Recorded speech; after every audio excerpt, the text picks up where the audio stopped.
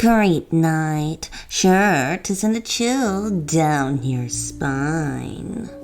Welcome to Creep Night. If you could go back into the past, would you? Even if it risks you never returning to the future? In tonight's episode, we're going to meet a lady who will have to make that decision. Margaret longed for easier times. She did not like what this new generation had become. You see, Margaret loved the times where she could just walk into a club and enjoy her jazz music, smoke her cigarettes. She longed for times where you did not have to worry about locking your front doors. Also, she hated today's new fashion. She did not understand what was so appealing about torn-up jeans. Margaret's son had come over to give his mother some jazz tickets to show her things were not so bad. She gladly took the tickets. Thank you. You're welcome. Say, it starts at 8 p.m. Unfortunately, I can't go. I have to work. Max told his mother as he headed out the door. Margaret had half an hour, so she thought she better start getting ready. Margaret went to her room and dragged out a two-piece dress suit. It had been an old suit, a slightly orange cream top and a long orange creamed skirt. She looked for her light brown hat that slanted to the left a little bit. When she finished getting ready, she headed out the door and got into her car, and she started to drive to the concert. Margaret began to drive down Main Street as the rain began to pour down even harder. Margaret could barely see outside her windshield, and perhaps she should have pulled over and let the rain mellow down. But she was too excited for the concert, since she hadn't been to one in years. She kept on driving in the heavy pouring rain. You could hear and slightly feel the thunder rumbling outside. In just a few minutes, you could see the flash of lightning spread across the sky.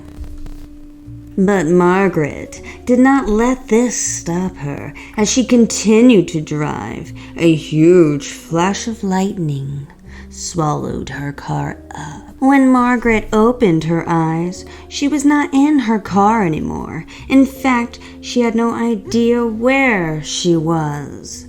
A tall, shadowy figure in a long black cloak stood in front of her. Who are you? Some call me Tantos. Others call me the Grim Reaper. You can call me either one or whatever you would like. Margaret looked at Thanatos weirdly and said, You're not at all what I pictured you to look like.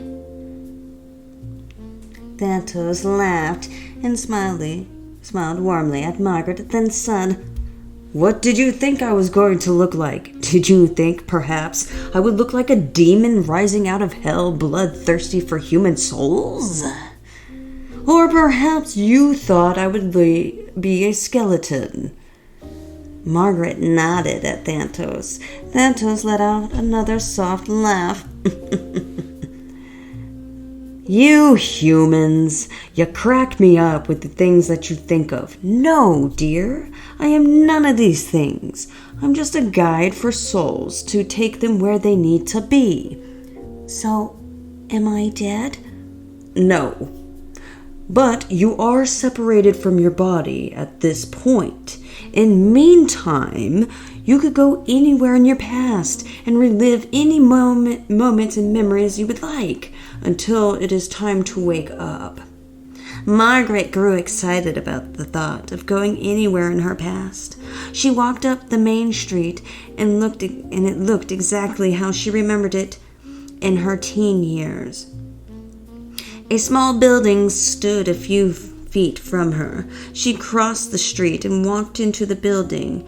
It was a jazz concert that was playing with a man named Davis. Margaret grew excited and sat down in a chair and listened to him play. Margaret pulled out a long cigarette holder and lit the cigarette. She drew a few puffs in. She felt good, and this made her feel like she never wanted to leave. She felt like a teen again. Margaret, it's time to go. Go where? I just got here. Back to your body. No, I don't want to go. I want to stay here. Oh, Margaret, you have to go back. Says who? Like I said, I don't want to go back. I want to stay here. This is where I belong, not that new world. If you stay here, you will not be able to go back. Good. I don't want to go back. I'm staying here.